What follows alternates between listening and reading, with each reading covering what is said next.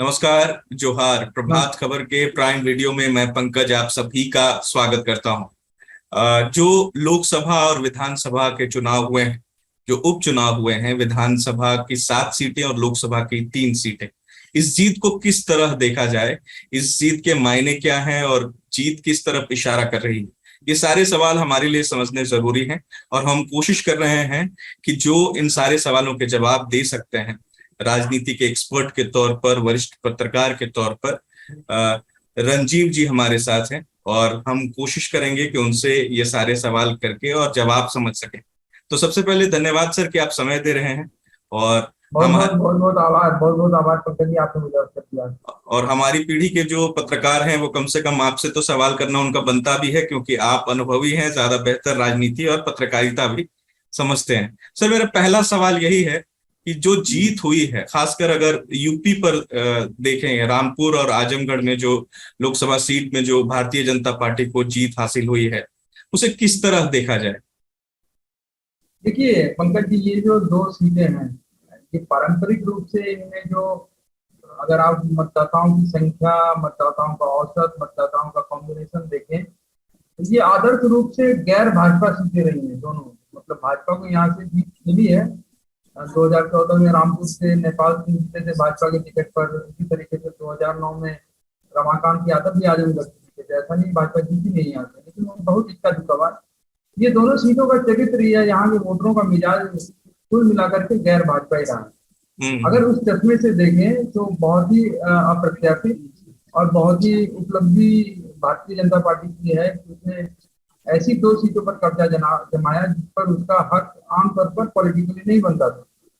ये तो एक बात हो गई। दूसरी बात, जो नतीजों का जो अगर आप थोड़ा निहितार्थ करें, थोड़ा चीर फाड़ करें, भाजपा की जीत से भी ज्यादा महत्वपूर्ण संदेश इसमें समाजवादी पार्टी की है। इसलिए क्योंकि ये दोनों सीटें पारंपरिक रूप से सपा का गढ़ मानी जाती रही हैं।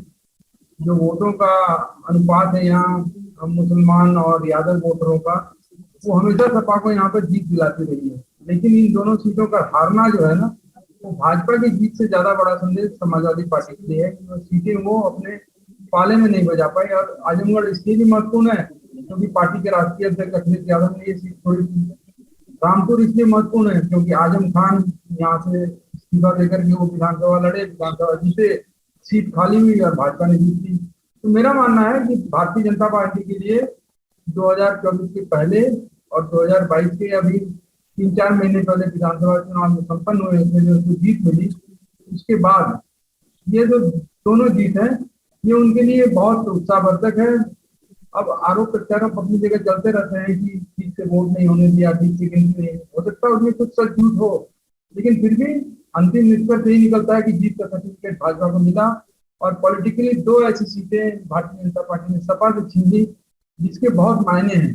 एक रुहेलखंड में है जो पश्चिम से लगा हुआ है, एक पूर्वांचल का बहुत महत्वपूर्ण सीट है। तो अगर आप उत्तर प्रदेश को भौगोलिक चश्मे से भी देखें तो राजनीतिक रूप से ये भारतीय जनता पार्टी के लिए बहुत उत्साहवर्धक नतीजे लेकर आए।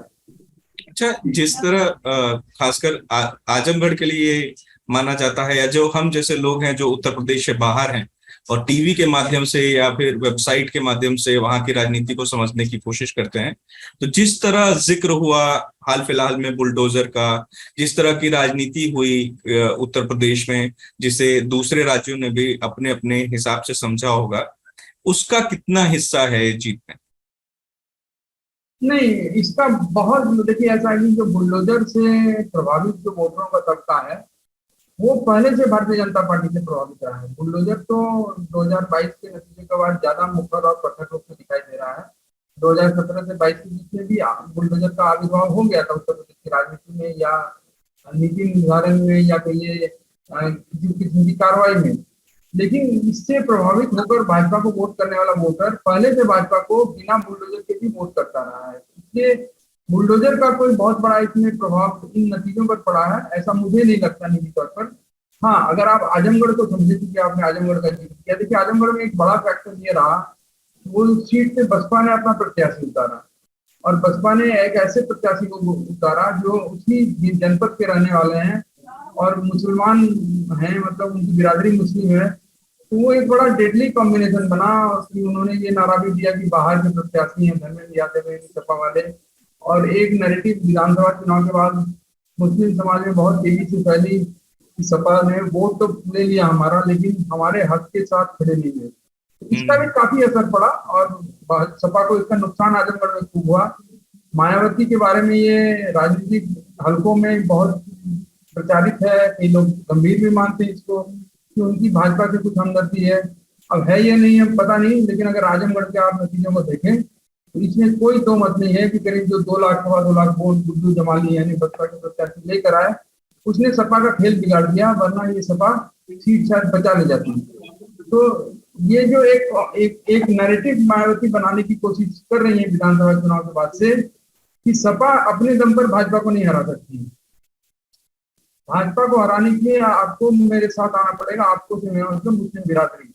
तो एक दलित मुसलमान कॉम्बिनेशन बनाने का वो प्रयास कर रही है, और वो आजमगढ़ में भले ही उनकी पार्टी तीसरे नंबर पर चल गई है, लेकिन मुसलमानों के एक बड़े तबके ने जिस तरीके से बसपा को वोट किया है और दलित उनके साथ अपना वोट बैंक रहा ही है, अगर ये पैटर्न जारी रहा तो ये समाजवादी पार्टी के लिए थोड़ी चिंता की बात 2024 के लोकसभा चुनाव में हो सकती है। अच्छा, इससे क्या उस चश्मे से भी देखा जा सकता है कि जो परिणाम इस वक्त सिर्फ उत्तर प्रदेश में ही नहीं बाकी दूसरे जगहों पर जहां विधानसभा चुनाव हुए हैं, चाहे वो पंजाब में जो लोकसभा की एक सीट अकाली दल ने जीती उसकी जो परिस्थिति रही हो, उस चश्मे से क्या आने वाले चुनाव को, जो लोकसभा चुनाव है या फिर राज्यों में जहां जहां चुनाव होने हैं, उसके असर को या उसकी राजनीति को समझा जा सकता है? इससे निश्चित रूप से समझा जा सकता है। अगर आप उत्तर प्रदेश के नतीजों को ही देख लें या अगर आप पंजाब के नतीजे देख लें, अभी मुश्किल से 3 महीने पहले पंजाब में आम आदमी पार्टी ने प्रचंड बहुमत के साथ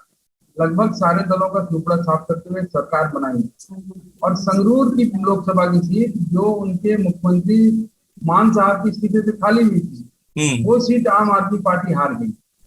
और आम आदमी पार्टी का हारना इस मायने में महत्वपूर्ण है कि हाल के महीनों में पंजाब में भारतीय जनता पार्टी ने अपनी गतिविधि बहुत तेज कर दी है, और उसका लक्ष्य 2024 के लोकसभा चुनाव में पंजाब से कुछ सीटें निकाल कर ले आना। तो अगर आम आदमी पार्टी किन्हीं भी वजह से, ये अलग बात है कि भारतीय जनता पार्टी ने संगरूर की सीट नहीं जीती, शिरोमणि अकाली दल अमृतसर ने वो सीट जीती है, लेकिन अगर ये ट्रेंड बना कि आम आदमी पार्टी के प्रति वोटरों का उत्साह जो था 3 महीने पहले वो अगर घट रहा है, उसमें जो एक लोकप्रिय गायक थे उनकी मौत का भी मामला आ रहा है, उसमें सिद्धू मूसेवाला की सरकार ने उसको डील ठीक से नहीं किया है। तो अगर ये मनोभाव वोटरों का बना रहा और जिस तेजी से भाजपा अपने पैर पंजाब में पसारने की कोशिश कर रही है, तो इसके निहितार्थ आप निकाल सकते हैं कि चुनावी मशीनरी में भाजपा ने निश्चित रूप से बाकी दलों को काफी पीछे छोड़ दिया है। ये अलग बात है कि आप ये आलोचना कर सकते हैं, उस आलोचना में कुछ सही गलत हो भी सकता है कि भाजपा हर समय चुनावी चक्कर में लगी रहती है, शासन कम करती है, चुनाव ज्यादा लड़ती है, लेकिन हकीकत भी ये है वो चुनाव लड़ते हैं और इतने मजबूती से लड़ते हैं कि जीत भी जाते हैं। आप अगर त्रिपुरा में देखिए जहां उनकी सरकार है, मुख्यमंत्री को बदलने के बाद उन्होंने जो 3 या 4 सीटों पर विधानसभा के उपचुनाव हुए, उसमें बहुसंख्यक सीटों पर वो प्रत्याशी उनकी जीत गए। तो मेरे ख्याल से 2024 के पहले अब हाल के अगले 1-2 साल में, अगले 6 महीने या साल भर में इतने 10 या 12 सीटों का उपचुनाव शायद ही होने वाला हो।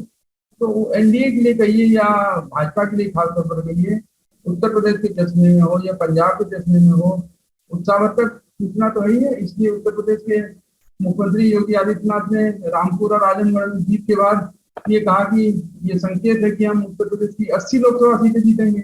अभी तक भारतीय जनता पार्टी कहती थी कि हम 75 सीटों तक जीत लेंगे, तो 75 से उन्होंने अपना बेंचमार्क 80 तक बढ़ाने की बात कही। अभी 80 जीतेंगे नहीं जीतेंगे ये तो दावे प्रति दावे हैं, लेकिन उत्साहवर्धन तो एनडीए खेमे का ही ज्यादा हुआ ना भाई। जहां से आप 2024 में बहुमत के आंकड़े को पाने के लिए, भाजपा को पीछे रखने के लिए गैर एनडीए दल ये प्रयास कर रहे हैं कि कुछ उड़ीसा से, कुछ बिहार से, कुछ बंगाल से ला करके भारतीय जनता पार्टी को टक्कर दें, लेकिन जहां से एकमुश्त सीटें आएंगी, जैसे 80 सीटों का उत्तर प्रदेश हो या अच्छी खासी संख्या 3-2.5 की संख्या वाली सीटों का पंजाब हो, तो मेरे ख्याल से उपचुनाव ने एनडीए को, खासतौर पर भारतीय जनता पार्टी को 24 को तैयारी के लिए ज्यादा अच्छा माहौल दिया है बनस्पत विपक्ष की। ये अच्छा। अलग बात है जी कि तेलंगाना और आंध्र प्रदेश में वहाँ की स्थानीय पार्टियों ने अपनी सीटें बचाने में कामयाबी पाई है। लेकिन अगर आप ओवरऑल देखें तो जो सकारात्मक संदेश है, उत्साह का संदेश है, वो एनडीए की। अच्छा, क्या ये आने वाले जो चुनाव हैं, चाहे वो लोकसभा के हों चाहे विधानसभा के चुनाव हों, इसे पूरे देश की राजनीति के परिप्रेक्ष्य में अगर समझा जाए तो जिस तरह बसपा की स्थिति है उत्तर प्रदेश में, या फिर दूसरी जो क्षेत्रीय पार्टियां हैं दूसरे दूसरे राज्य में, चाहे वो बिहार में हो जनता दल यूनाइटेड हो, राजद हो, या फिर यहाँ पे झारखंड मुक्ति मोर्चा हो, या फिर दूसरी क्षेत्रीय पार्टियां जो दूसरे राज्यों में भी चुनाव लड़ी हैं, उनकी जो स्थिति है उन्हें समझने की कोशिश करें, तो क्या उनका प्रभाव भी धीरे धीरे कम हो रहा है या वो मजबूत हो रही देखिए, है? नहीं, इसका जवाब आप हाँ या ना में सीधे नहीं दे सकते। इसलिए नहीं दे सकते क्योंकि आप जहाँ बैठे हैं वहाँ भी एक क्षेत्रीय पार्टी की सरकार चल रही है, क्षेत्रीय दल का मुखिया ही मुख्यमंत्री है। ये अलग बात है कि वहाँ गठबंधन की गठबंधन में। सरकार है जिसमें हम्म, कांग्रेस और बाकी दल हैं। लेकिन आपके ही प्रदेश से लगा हुआ दूसरा प्रदेश है बंगाल, जहाँ पर बहुत ज्यादा समय नहीं हुआ, साल भर पहले ही बहुत प्रचंड बहुमत से स्थानीय दल ने भारतीय हम्म, जनता पार्टी के पूरे बहुत जबरदस्त चुनाव अभियान को मात देते हुए वहां पर जीत हासिल कर दी। आप अपने पड़ोस के बिहार में देखिए, वहां एक क्षेत्रीय दल के नेता को मान मनोबल किसी तरीके से सरकार में बने रहे, थोड़ी गुस्सा, थोड़ी नाराजगी, थोड़े मनोभार के बाद भी बनाए रखने का प्रयास भारतीय जनता पार्टी करती रहती है। आपने उत्तर प्रदेश का जिक्र किया, यहाँ बसपा निश्चित रूप से विधानसभा के चुनाव में खराब प्रदर्शन उसने किया और वो एक ही सीट जीत सकी।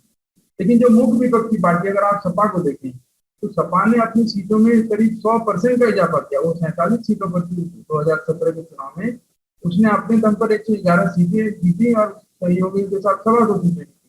तो मुझे लगता है कि ये थोड़ा सरलीकरण होगा अगर हम ये निष्कर्ष निकालें कि क्षेत्रीय दल कमजोर हो जा रहे हैं, क्योंकि कई राज्यों में क्षेत्रीय दल मजबूत हैं। और आप देखिए ना, राष्ट्रपति का जो चुनाव हो रहा है जिसमें विपक्ष के जो साझा उम्मीदवार हैं वो एक क्षेत्रीय दल के ही निकले हुए हैं। जसवंत सिन्हा तृणमूल कांग्रेस के सांसद रहे और वो उनके नाम को तृणमूल कांग्रेस ने सामने पेश किया, जिसको सारे विपक्ष ने माना। ये अपने आप में बड़ी घटना है। जो बड़ी पार्टियां, कांग्रेस जैसी राष्ट्रीय पार्टी जो यूपीए की सबसे बड़ी घटक है, उसको भी क्षेत्रीय दलों की पसंद को गवारा करना पड़ रहा है और क्षेत्रीय दल ही मिलकर के ये तय कर रहे हैं कि आपको साझा प्रत्याशी देना चाहिए। मुझे लगता है कि विपक्ष की राजनीति में, खासतौर पर विपक्ष की राजनीति में 2024 में क्या दशा दिशा होगी, कौन कैसा लड़ेगा, कहां से लड़ेगा, इसका शायद बड़ा दारोमदार हम लोग क्षेत्रीय दलों पर देखेंगे। धन्यवाद सर कि आपने समय दिया और सिर्फ उत्तर प्रदेश की राजनीति ही नहीं, देश की राजनीति पर जो हमारे सवाल थे उसका जवाब दिया। और मुझे उम्मीद है कि जो दर्शक हैं उनके मन में भी ऐसे कई सवाल होंगे जिन्हें वो इस कन्वर्सेशन के जरिए, इस छोटी बातचीत के जरिए समझे होंगे। हम इसी तरह आगे भी आपसे बातचीत करते रहेंगे, कोशिश करते रहेंगे इसी तरह राजनीति जो देश की है उसे समझते रहें।